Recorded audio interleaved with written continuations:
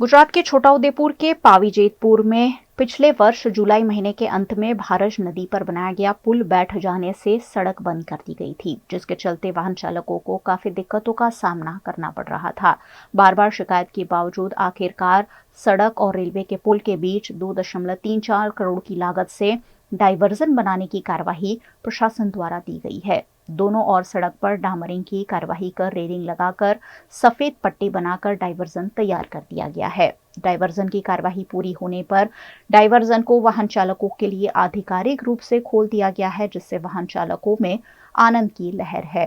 अब वनकुटीर और रंगली चौकड़ी से खस्ताहाल डायवर्जन की बजाय वाहन चालक नए डायवर्जन से गुजर सकेंगे। साथ ही 25 से 30 किलोमीटर की लंबी दूरी तय करने की नौबत भी अब नहीं आएगी। जुलाई 2023 ચોમાસાની અંદર ભારત નદીનો પુલ બેસી ગયો અને એના કારણે જાહેર જનતાને ભારદારી વાહનોને આ તમામ અગવડતા ઊભી થઈ। એનું ડાયવર્ઝન લગભગ 30 થી 34 કિલોમીટર સુધીનું ડાયવર્ઝન આપવામાં આવ્યું તંત્ર દ્વારા।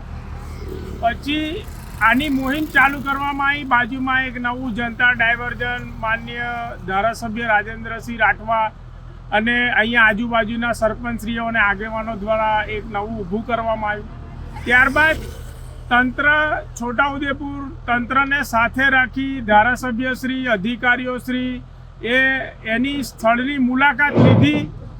મુલાકાત લઈ અને એમણે આ એક જગ્યાને પસંદગી કરવામાં આવી।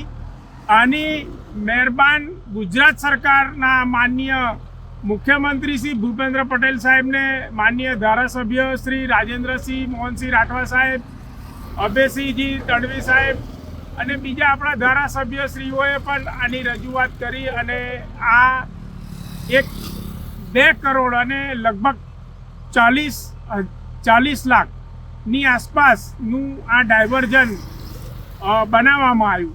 એ ડાયવર્ઝન બનાવી અને આજે મહારાષ્ટ્ર મધ્યપ્રદેશથી આવતા વાહનો ગામના નાગરિકોને ખૂબ તકલીફ પડી। આજુબાજુ ગામના આગેવાનો અને ગામની પબ્લિક ઘણા રસ્તાઓને લઈ અને 34 કિલોમીટરનો ફેરો આ ડાયવર્ઝન ચાલુ થવાથી ખૂબ જ રાહતની શ્વાસ અનુભવી રહી છે।